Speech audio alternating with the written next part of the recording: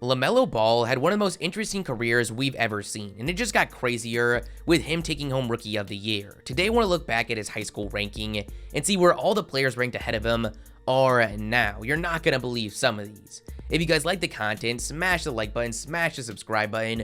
We're trying to upload daily, so let's try to get 1,000 likes on today's video, and let's hop into it. Real quick, before we go further, I want to shout out another basketball channel, DKM. He's got the best ball family content. He did a video similar to this leading up to the draft, but now with a year under all these players' belts, I wanted to revisit it. Lamelo Ball bursted onto the national stage when he was just a little freshman, the age of a middle schooler, dominating high school basketball alongside his brothers, Lonzo and LiAngelo. They would lead a small basketball program in Chino Hills all the way to a national title. Lonzo went on to UCLA and eventually became the second overall pick. Lamelo hit a growth spurt and started to put up some crazy scoring performances, including 92 points in a single game. At this time, ESPN was ranking him as a top 15 player in the class. Some people felt this was way too high, others felt it was just disrespectful, but things would get weird for him after his sophomore season. LeVar would pull him out of high school, and his older brother LiAngelo, who was getting ready to make his UCLA debut, got arrested in China. This was the perfect storm for the brothers to actually go overseas and play professionally in Lithuania. At this point, playing in a practically irrelevant foreign league, LaMelo faded off the rankings. After a stint in Lithuania, LeVar decided to form his own league, the Big Baller League, which was trying to be an alternate route to college basketball. There, LaMelo and LiAngelo would put up absolutely insane numbers, but no one cared, and rightfully so. Everyone hates when you're on a team with a kid that sucks, but his dad is the coach, so somehow he's getting in the game. Well, imagine being on a team with a player whose dad owns the entire league. Giving any weight to their performance in this would be like giving weight to these NBA players dropping 70 points in these random pro-am. At this time, the clock was really ticking for LaMelo. He was eligible for the draft in just 2 seasons, and he wasn't really on anyone's radar, so he made the smart decision and decided to return to high school basketball at Spire Institute, a prep school in Ohio. At this point, he had grown to around 6'6", and the hype just shot right back up.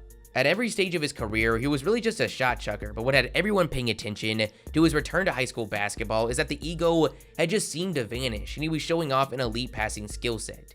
He jumped back into the rankings, and over the course of the season, would climb up to being ranked the 21st player in the country and 4th ranked point guard. Now, we all know what happened after that. He would go back overseas to the Australian NBL, really impress, and go with a 3rd overall pick in the 2020 NBA draft. He's now fresh off a Rookie of the Year victory, looking like a possible future NBA superstar. But where are the other 20 players ranked ahead of him in high school? Starting it off at 20, we actually have one of his former teammates at Chino Hills, Onyeka Okongwu. The 6'9" power forward would end up going to USC, where he put on an absolute clinic, averaging 16 points, 9 rebounds, and almost 3 blocks a game. He was getting a ton of attention for his defensive versatility, getting compared to the likes of Bam Adebayo. The Atlanta Hawks would take him with the 6th overall pick in the 2020 draft.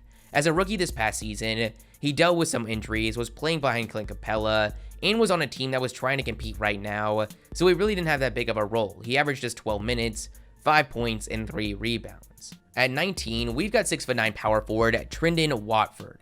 He would end up going to LSU, where he had 2 very solid seasons. As a sophomore, he averaged 16 points and 7 rebounds. He decided to declare for the 2021 NBA draft, but sadly went undrafted, but was able to sign a 2-way contract with the Portland Trailblazers. At 18, we've got 6'10" center Armando Bacot, who went to North Carolina. He's going to be going into his junior season as a starting center for the Tar Heels after a sophomore season where he averaged 12 points and 8 rebounds. To this point, a very solid college career, but not really in the conversation for the NBA draft as things stand right now. 17 is actually a pretty familiar name, Precious Achiuwa.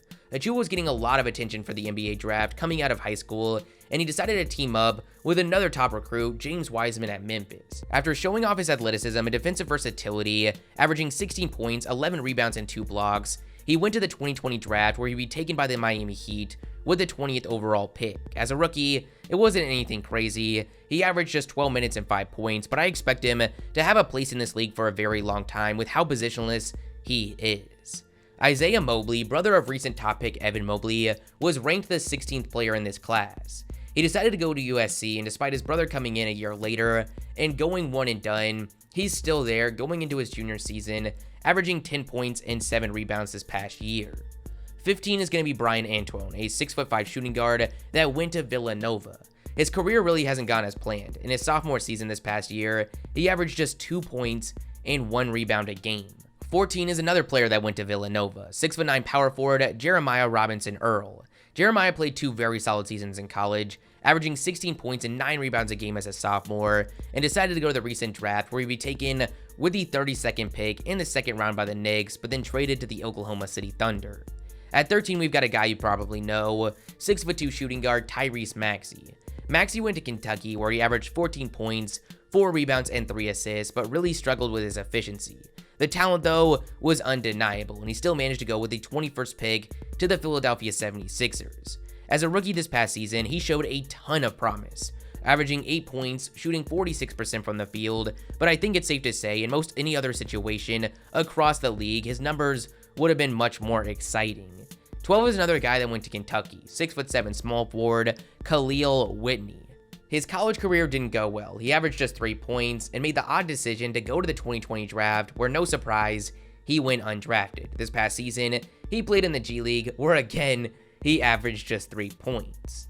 11 was 6'9" power forward and Duke commit Matthew Hurt. Hurt got off to a slow start at Duke, but this past season as a sophomore, he was one of the top offensive players in the country, averaging 18 points and 6 rebounds, shooting 56% from the field and 44% from 3. He decided to go to the 2021 NBA draft, where despite his insane college numbers, his lack of defense and upside caused him to go undrafted, but he managed to land a 2-way deal with the Houston Rockets. Now we've reached the top 10, where we've got hyper-athletic, 6'5" small forward, Florida commit, Scotty Lewis. Lewis didn't have a crazy college career. As a sophomore, he averaged just 8 points on pretty poor efficiency, but his frame, athleticism, and upside were enough for him to go with the 56th pick in the recent draft to the Hornets. His NBA career is going to be starting off on a 2-way contract. Coming in at 9, we finally reach a point guard ranked higher than Lamelo, and that's Nico Mannion.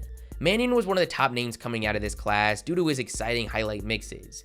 He ended up going to Arizona, where as a freshman, he averaged 14 points and 5 assists, shooting just 39% from the field, but went to the 2020 draft where he'd be selected with the 48th pick by the Warriors. He spent most of the season in the G League, and this offseason decided to actually return to his home country of Italy, where he's going to be playing professionally. 8 was 6'6" shooting guard Josh Green, who also decided to go to Arizona. He went into the season as a likely lottery selection, but after averaging just 12 points, shooting 42% from the field, he would end up going with the 18th pick to the Dallas Mavericks.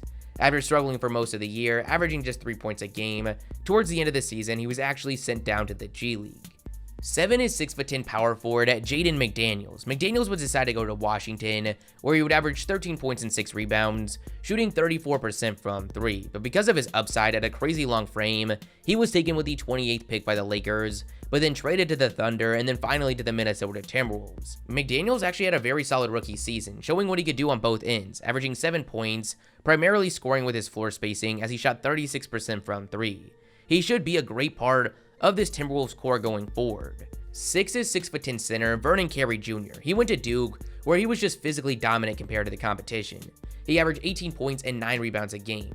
He then went to the 2020 draft, where the Hornets would take him with the 32nd pick in the second round. He didn't spend much time on the main roster, but played pretty well in the G League, averaging 16 and 9. At 5, we finally have another point guard, RJ Hampton. Like Lamelo, he decided to go to the Australian NBL. He went into the season projected to be a top pick, but after struggling, his stock slipped and he ended up going with the 24th overall pick to the Milwaukee Bucks, but then traded to the Denver Nuggets. Wasn't much of a role for him in Denver, but at the trade deadline, he ended up getting sent to Orlando in the Aaron Gordon trade. There he was able to get 26 minutes a game, where he averaged 11 points and 5 rebounds. There's a lot of competition for minutes and touches in that backcourt, with Jalen Suggs coming to town and the return of Markelle Fultz, but I'm excited to see how the rest of Hampton's career plays out.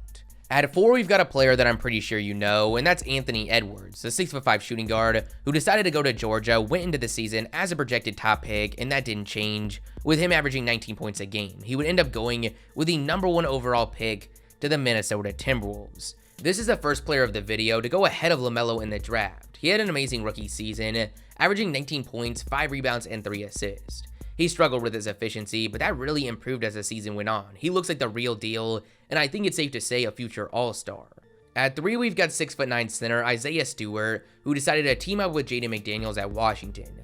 There he would average 17 points and 9 rebounds a game, go to the 2020 draft where the Blazers would select him at 16, but he'd eventually be traded to the Pistons. In his rookie season, he averaged just 8 points and 7 rebounds, but really impressed on the defensive end, which landed him on an all-rookie second team. Coming in at 2, we've got the top-ranked player at Lamelo's position, Cole Anthony. Anthony went to North Carolina, projected by most outlets to be a top 5 selection. And while he averaged 19 points, 4 assists, and 6 rebounds, his efficiency struggles, shooting just 38% from the field, combined with his lack of defense, caused him to slide all the way to the Orlando Magic at 15. Anthony was able to get into the starting lineup after the injury to Markelle Fultz, and he was pretty impressive, averaging 13 points, 4 assists, and 5 rebounds, but again, struggled with his efficiency. With him not blowing away expectations and the previously mentioned competition for minutes in this backcourt, it's hard to project his role going forward.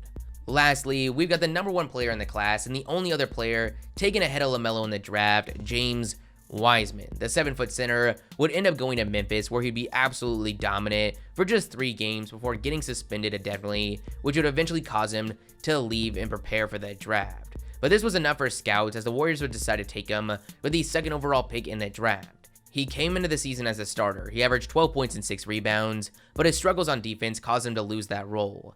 It's going to be interesting to see what his minutes look like next season, with the Warriors trying to make a run with the return of Klay Thompson. Man, was this interesting to look back at. Lamelo being at 21 was just disrespectful, even with what we knew at the time. All the point guards ranked ahead of him aren't even in the same conversation. Out of all the 20 players ranked ahead, 10 would become first-round selections, 4 would become second-round selections, 3 went undrafted, and 3 are still in college. Anthony Edwards is the only player even close to Lamelo's level, and most of the guys that made it to the league are struggling to even get on the court.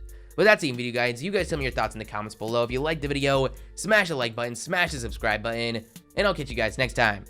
Peace.